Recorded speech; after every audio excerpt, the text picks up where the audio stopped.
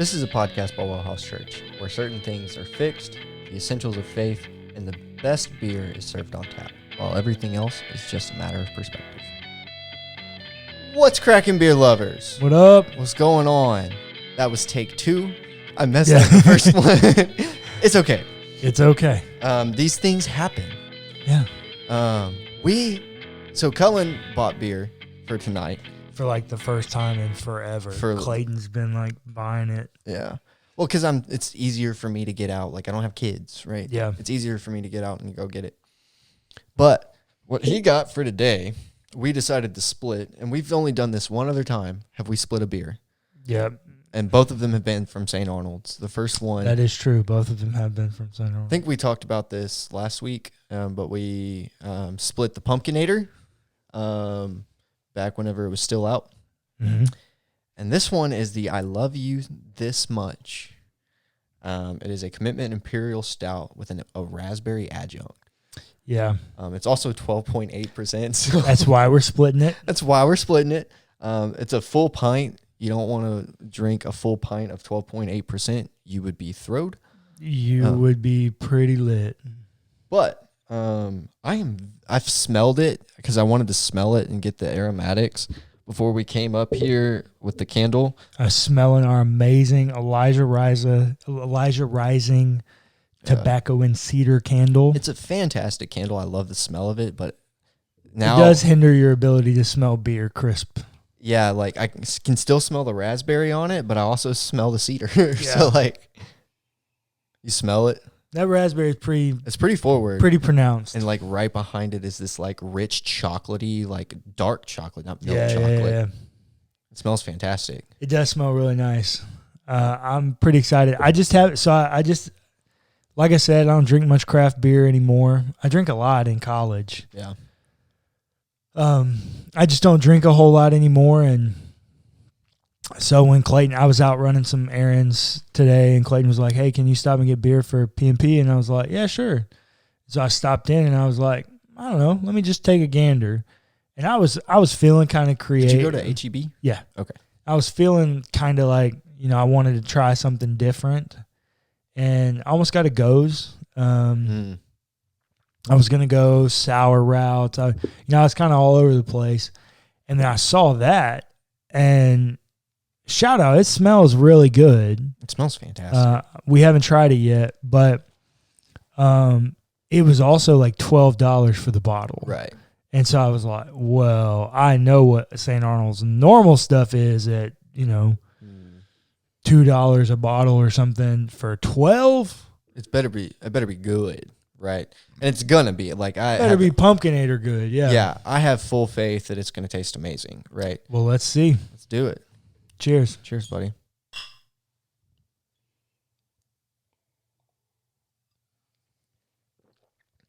Oh yeah. It's different, right? It is very different. You should not be expecting a Guinness here, right? You should not be expecting anything close to a normal stout. The raspberry gives it this acidic sharpness that I love, but it's softened by that chocolate. Yeah, I was fixing to say this super high Lovabond stout has all this like chocolate flavor in it, and it ends up being really sweet. See, it's got a bit of like tartness from the raspberries too, but plus there's like some other hops happening in here too, right? So I'm not sure what it is, but I think that mixed with the raspberry adjunct I'm not going to say it's too sweet. I actually think it's perfectly balanced. Yeah, I didn't say it's too sweet. I said it is sweet. Yeah, I think it's perfectly balanced. For a stout, though, I like chocolate stouts. I like milk stouts. I like stouts that are a bit on the sweeter side sometimes. Yeah. I don't really like pretzel stouts. I don't like any stouts that are chewy or anything like that. I love it. Yeah, no, I'm not there for super heavy grain stouts. This is fantastic, though. I think it's very good. I think it's very good. I think I don't think I can put it over the Pumpkinator, but it's a solid number 2. The Pumpkinator is pretty. It is just superb. Yeah, it's pretty hard to beat. That's also why it's won awards. Yeah, it's superb. That one's pretty good though. It is pretty good. I'm very pleased with it. I am too. I'm not. It's not my favorite beer in the world. Yeah. Right. Definitely a good one. It is also, what did we say, 12.8, so almost 13% ABV. You don't want to drink this every day. No, well, And it's got that alcohol flavor in it too. So I actually can't find that ethanol layer as much. Maybe it's just because I'm used to like cash strength whiskey. Yeah. So like I don't find that. Well, I only say it because it's got that same kind of flavor that the 120-minute Dogfish Head has. Oh, that kind of like lingering ethanol thing on the back end. Yeah. And it's like it does have that. Really potent beers have that. And so I can taste that. I don't hate that at all, but just that combination of things, it's got some evolution to it. Yeah, it's definitely. It's not like you knocking back the extra stout from Guinness. Like you get one flavor pretty much all the way through. It's nothing. It is much more complex than that. Yeah, it's definitely evolving, right? Like the first thing you get is this sharpness from the raspberry. The raspberries are in your face right out of the gate. It's very sharp and kind of bitter, right? A tart. Tartness and bitter, right? Yeah. Like they're different, but I would say that there is a tartness and a bitterness. Yeah, right? I get more tart than bitter, but I do too. But like you get a little bit of both. And then it develops into this sweet, soft chocolate. Yeah.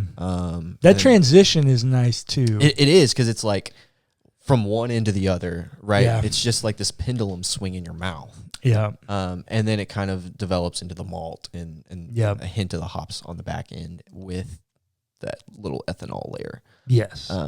Yes. You fully agree with my palate there? Yep. 100% agree with the development, the evolution, and the ethanol kind of finish. There's nothing I would change. I don't think you gave enough credit to the sweetness in the transition. That transition from that tart bitterness of the raspberries and the hops to that high roasted Lovabond chocolate flavor. Yeah. That transition, and maybe it's because it's coming from something so tart and bitter, right. But like that transition hits me really sweet, and then it mellows. I don't think I would totally disagree. It's just I don't think it's all that sweet, right? Yeah. Like I'm going more dark chocolate, which has this like bitter cacao, right? Yeah. So no, I get that. I only eat dark chocolate. Like I don't eat milk chocolate, and so either. I'm really aware of like how good quality dark chocolate is also really sweet. It can be. Like if you get these really high quality dark chocolates that are expensive and no one should ever buy, but I can't seem to stop. They are really sweet. They can be. The dark chocolate that I prefer generally tends to have higher levels of cacao in them. Yeah, right. So they are bitter. Yeah. Are we chocolate nerds now? Like, I what guess is so. this? I don't know. We're 8 and 9 minutes into this podcast, and we have not even talked about theology yet. But it's okay. It's pints and perspectives. Pints and perspectives. We talk and, about our beer. perspective changes based on how many pints we've had. Just kidding. I do feel like I should be like Thor in the Marvel movies. Like after I finish this, another. Like it's that good. Like it is good. I will buy it again. I'm glad that we don't have any more though. Yeah. Because if we had more, I'd want to drink more. I would wanna drink and it, I'm not trying. I don't need any more 13% ABV. No sir. Half of one is more than enough. Yeah. Anyways, we are now 10 minutes in. So narrative theology. Yes. The theology of narratives. That transition is as smooth as the Spirit. Wait, no, just kidding. The beer is much smoother than that transition. Yeah, it is.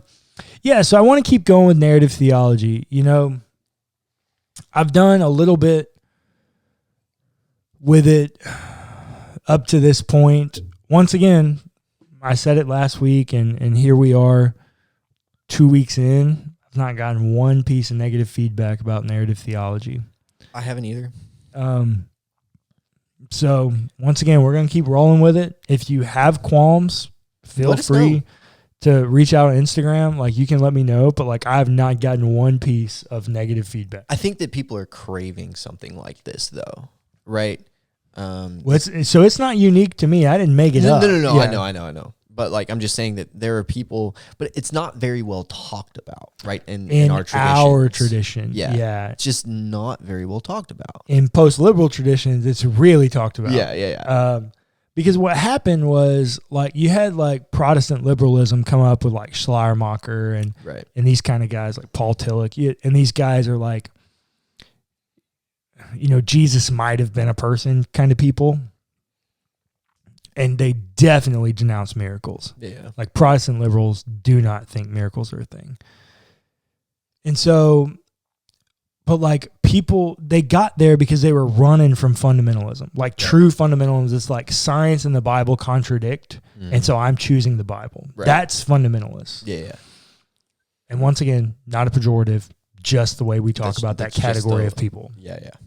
If you find yourself in that category, but you don't like calling yourself fundamentalist, I'm sorry, I'm not trying to upset you. That's just what you... That's the category that you're academically in. That's how we categorize you. Yeah. So, but when they still wanted to run from this, but this, like, Protestant liberalism wasn't sufficient, we tried to go with moderates. Right. And moderates worked for a while. And I think it still works for a lot of people. And I think maybe I would just be a left-leaning moderate is probably how it is. And so I want to take post-liberal. So those are the people that said, hey, look, I don't want to be anything near Protestant liberalism. Yeah. But like, the moderates didn't quite come far enough for me. Yeah. Like, I need this to go just a touch closer over here.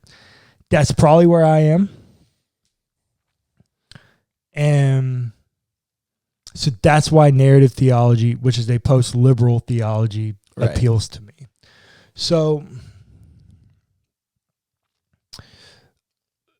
what did I say last time the narrative that the Bible is trying to tell is?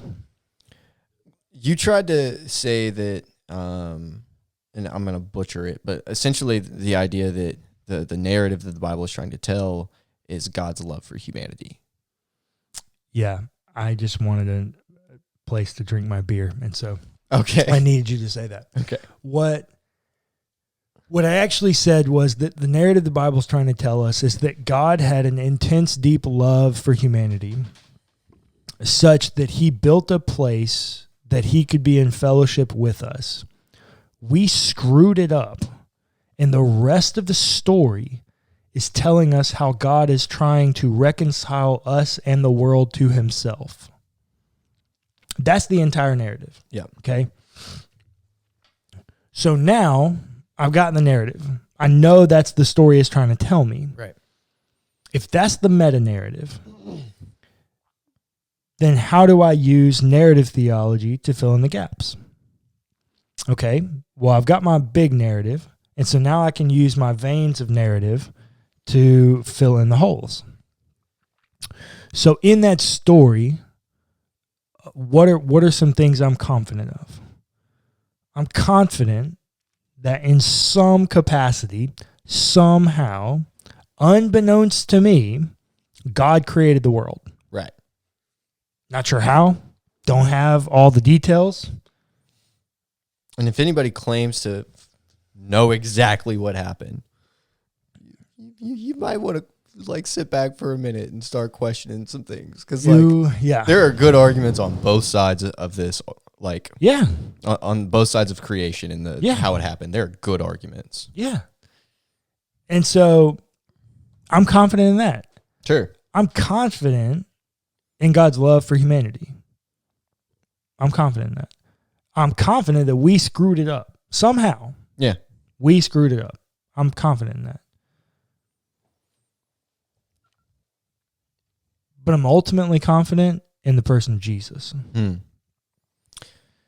Well, I think this kind of goes back to like our first few episodes about the creeds, right? We are confident in how God interacts in the world. Yes. And we are confident in, for example, the virgin birth, right? Mm-hmm. We are confident in the institution that God has set up as the church. Yes. Right. And that's where we get tradition, and all those sorts of things. And we are confident that that story is told in Scripture. Right. I think that it goes back to all of those things. Yes, I agree. And I'm very much so given over to Karl Barth in this idea that the ultimate revelation of God is revealed in Jesus Christ. Yes. Like Jesus Messiah is the ultimate revelation of God. Yeah. And so therefore I also believe, I'm also confident that in some way, I don't know all the details, I don't know exactly what it's going to look like, but in some way, Jesus himself is coming back to earth to reunite heaven and earth the way it was supposed to be. Yeah. I am confident in those four things. So now, if I'm confident in those four things, I can use those in the pieces of narrative theology that I am confident in to cross-check things I'm unsure about. Okay. So, in that narrative that God created the world so that he can be in fellowship with humanity, humanity screwed it up, and the rest of the story is God trying to reconcile it back to himself.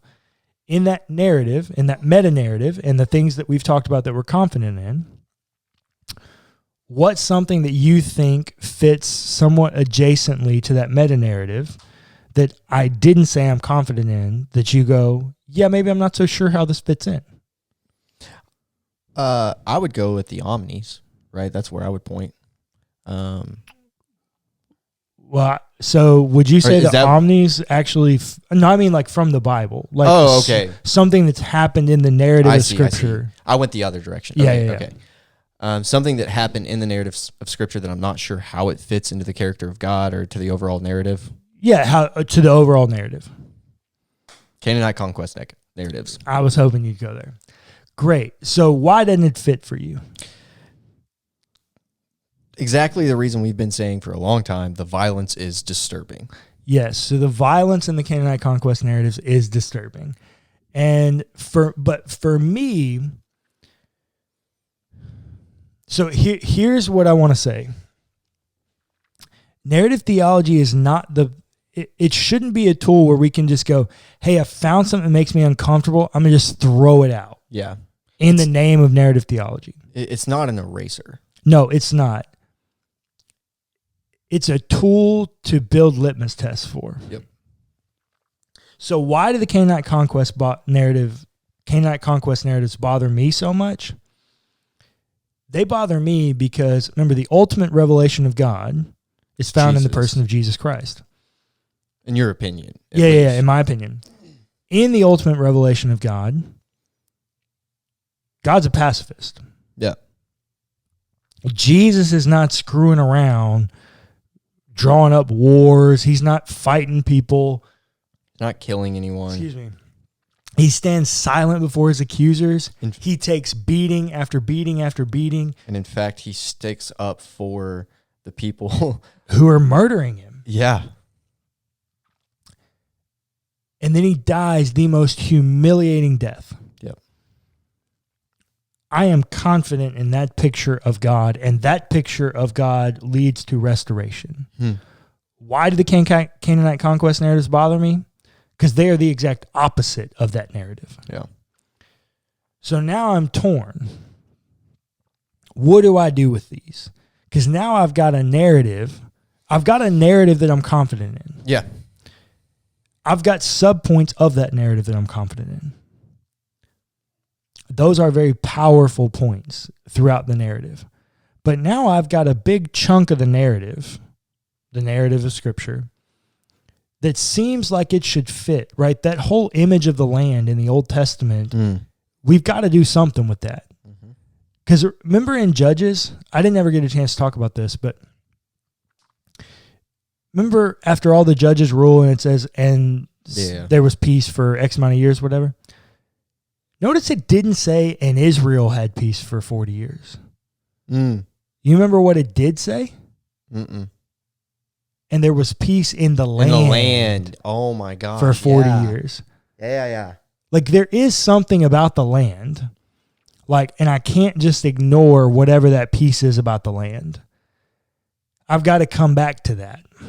Because once again, remember, there's a whole thing about the land I'll give to you, and then Abraham buys that little plot of it to bury Sarah. Like, there's a whole deal there about the land. The land matters somehow. Yeah. So I can't just throw the baby out with the bathwater. But what I can go is, hey, the way that you got the land, I'm not so sure that reflects the character of God. Because remember, also, it's not like, now it would also be heretical for you to say this, that God is somehow wholly other in the New Testament than he is in the Old Testament. I'm not saying that God can't develop or change the way he manifests himself or any of those kinds of things. But like to say that change happened within God is historically heretical. Yeah. He's the same yesterday, today, and forever, right?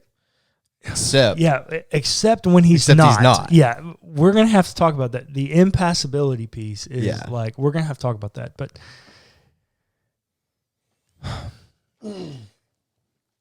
for me, I can look at this and go, okay, one of these doesn't belong. And it's not even like I can jump to the New Testament and go, this is somehow other, this is a different kind of God.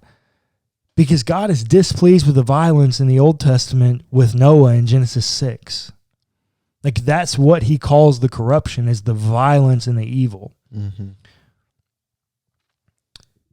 To some extent, the violence of the gangbang in Genesis 19 is also problematic. I mean, there's so many places we can point to in the narrative where we go, violence is not the answer. And yet the story tells us that God commissioned the violence. Yeah. Why do I have a problem with the Canaanite conquest narratives? Because they clearly don't reflect the character of God. In my interpretation, in my mind. Yeah. Why can I confidently say that? Because the narrative the Bible's telling that it's something different shows me that it's something different. Yeah, that's why I have struggles too, right? And I know that we're not the only two sitting in this room that are thinking that, right? Nope. I'm sure a good portion of our listeners, if not all of them, have the same question. Yes. I have heard an argument that it was because God was trying to accomplish something different then than he is now. Mm-hmm. I'm not sure that that's a good argument, right? I mean, it's not a bad one. Yeah, so it's not fallacious. No, but like I don't think that it still doesn't answer the question for me that God is the same yesterday, today, and forever, except for when he's not. Yeah. And how can the ultimate revelation of Jesus be teaching something totally different than this? Yeah, that's the deal. For me, it's the Jesus piece. If I didn't have all the stuff I have about Jesus, if all I had about Jesus was John 1 and the crucifixion, Passion Week and resurrection, if that's all I had about Jesus, okay. Yeah. Maybe. Honestly, if that's all we had of Jesus, I would be a very different person. Oh, yeah. How I lived my life would be very different. Oh, yeah, me too. I would not be in social work. Well, yeah, because we wouldn't have all that stuff where Jesus says, I know you've heard, but I say. Yeah. We wouldn't have all that stuff. Yep. But because we have all that stuff, and I am confident that the ultimate revelation of God is found in the person of Jesus, I have to cross-check all these things in the narrative against Jesus. Yep. And I look at the narrative and the narrative that's being told, and for whatever reason, the Canaanite conquest narratives, they do not fit for me. Yeah. And so what do you do in these situations when you come to this? A post-liberal, a true post-liberal, which I do not profess to be, would just be like, screw it. They're not worth it. They're not worth your time reading. Like, just throw them out. That might be an oversimplification. Yeah, a little bit. But really, they don't feel the need to do anything with it. It's just like, I can't make sense of it, so I'm not going to deal with it. Yeah, when they get to this point, it's like, I'm out. Yeah, I'm just like, I don't have an answer, so I'm just going to skip over it. Narrative theology for them is the tool to determine what I need to read and what I need to ignore. Right. Me trying to be more moderate, I'm not there for that. I still need to do something with it. Mm-hmm. So what do I do with it? Here's what I do with it. The people of faith were very confident that God had promised them the land. There are lots of times in my life where I felt like God has promised me something. And I did some really stupid things chasing the promise and said they were done in the name of God, or that God told me to do them. Once you get to the place where you can get rid of inerrancy, or you choose to get rid of inerrancy, you can also arrive at the place where you say, hey, the Israelite leaders, the people writing this down, the people remembering the stories, they're all fallen and broken people too. They may have just gotten it wrong. What if they just got it wrong? What if they said, hey, I really feel like God said this? Yeah. And so somebody wrote it down as God said, kill man, woman, and child. And actually, that's just not it at all. Or somebody thinking that it was a good idea said that God said that so that it would happen, right? Like, we have to remember, and we say this all the time, the Bible is written for us, not to us. Correct. And the Bible is also written by fallen humans. With the inspiration of God. With the inspiration of God. It is written God. by fallen humans. We do not, here at WellHouse, affirm mechanical dictation. Therefore, there are not many of those people left. There's not very many people that are left. In the words of Andrew Barrett, there are not many of you left. That's right. There are not many of them left. There's not. They still do exist, but they're few and far between. Yeah, I don't know where they maybe functionally. I've met a couple. Okay, and so bro, that's an interesting conversation. But they wouldn't. But would they like explicitly affirm that, or would like just their functionality and the way they believe tell you that they affirm that? One of them I know would, because he was knowledgeable enough to know that that's what it's called, and he was like, "Yeah, no shame." Dang. Okay. Mm-hmm. There are not many of you left. There's not many of them left. That is true. But we also don't affirm mechanical dictation. We don't. Not even a little bit. So when you put all this together. Well, so before that, let me just jump in here about mechanical dictation real quick. We need to talk about that in depth. So just real quick, if you choose to affirm mechanical dictation. This is not a shot. No, it's not. You have a faulty God. If you choose mechanical dictation, you have also chosen to say that God is faulty.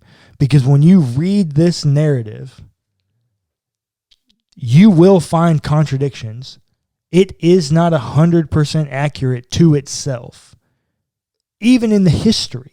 Yeah. When you're reading histories side by side in Chronicles and Kings or wherever you're reading, like, you will find contradictions. If you subscribe to mechanical dictation theory, you have a flawed God.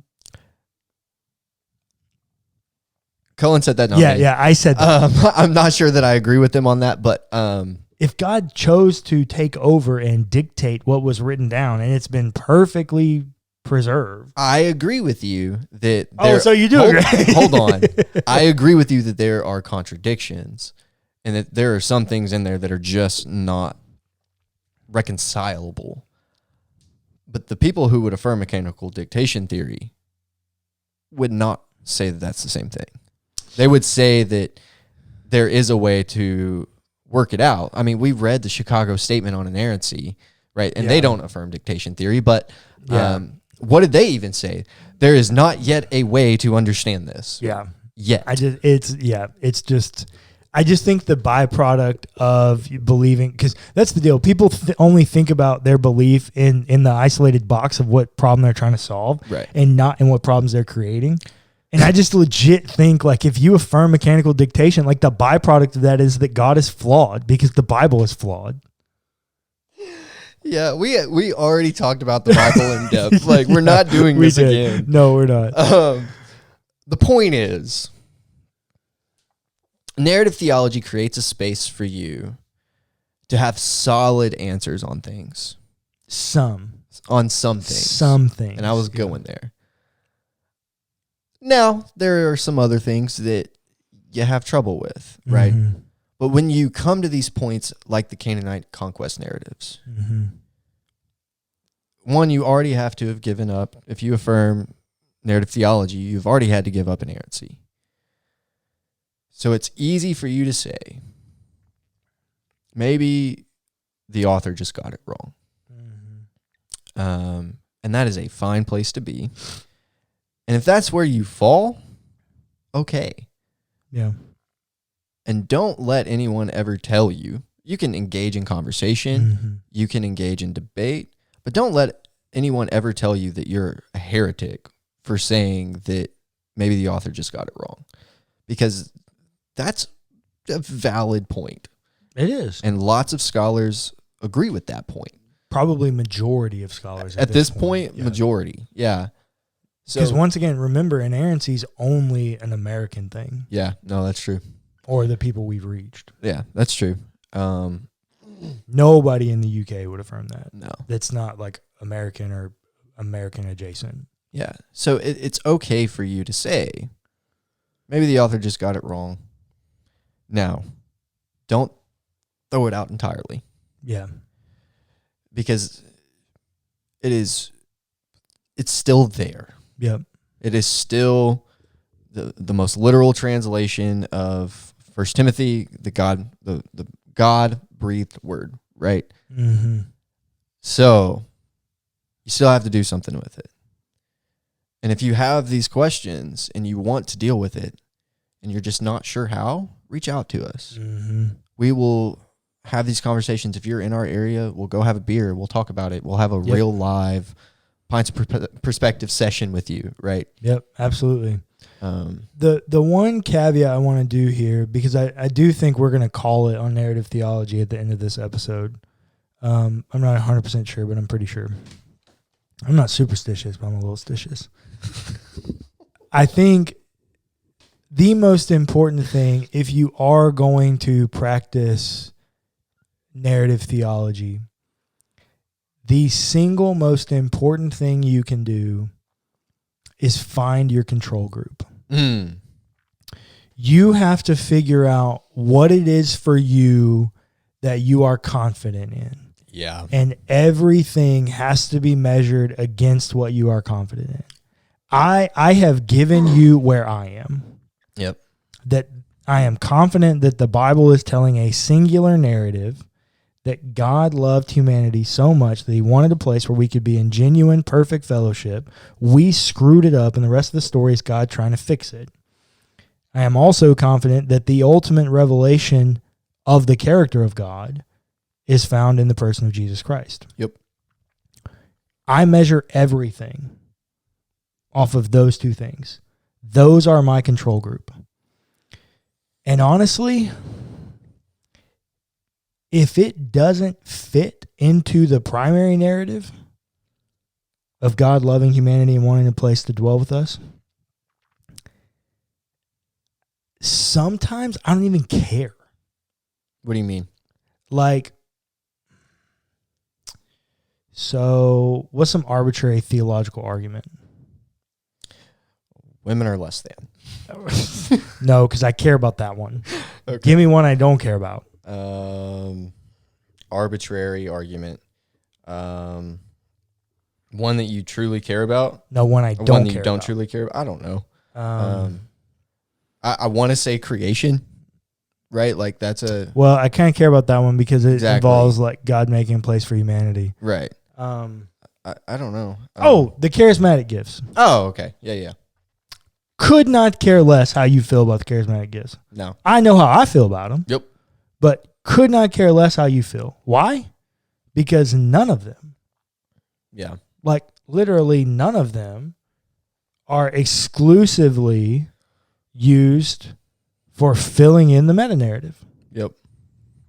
No, that's fair. Well, the charismatics might disagree with you. Oh, they on might. that, They might. But I'm charismatic adjacent. So I think that's fair. I think me too. Like I got 1 foot in. I got like that. 1 foot in the I'm door. charismatic adjacent. I like Yeah, that. I had a friend in grad school tell me that he goes to the vineyard and he was like, I'm surrounded with all these charismatics with their seatbelts on. And I was like, yeah, That's me. And then Ben was in this conversation. He goes, they're not drinking the full Budweiser.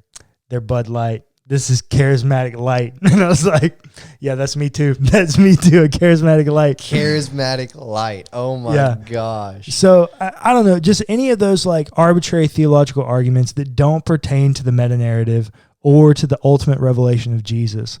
Yeah. Like they just become so less important to me. Yeah. Because I know the main story. I know my control group. I know what's happening. And so for me, why do I care so much about women? Because it fits because it fits into the story. God created them male and female. Yeah. In his image, he created them equally in Genesis 1. Yeah. That's not lost on me.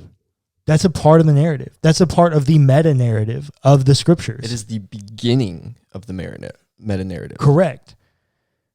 And so why do women matter to me? Why does human trafficking matter to me? Because it's about the humanity that God was trying to be in fellowship with. Yeah. No matter where you end up on this conversation or idea, you are going to have to find a control group. Yep. Feel free to steal mine. Yeah, that's fine. Or feel free to find your own. But whatever you do, get your control group from the Bible. Yes. First and foremost, your control group needs to come from the Bible, something that you are confident in, the character of God, and that becomes the thing by which you measure everything else. And in measuring, you get the freedom to contextualize your experience of faith and formation based upon what you see in Scripture about the character of God and who he's calling you to be, to have the freedom to say, this is who I see God as, and I can be 100% confident in who God has revealed himself to me right